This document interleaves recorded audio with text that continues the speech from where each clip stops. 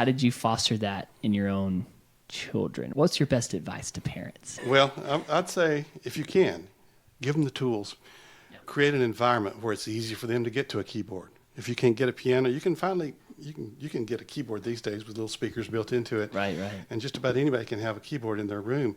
Make it possible for them to get their hands on it. Discourage, and this could be hard, discourage so much video game that they don't have time for the creative stuff.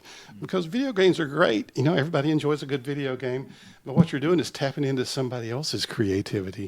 It took a lot of creativity to create all that video game, all that music and all that programming and that art and all that fun stuff.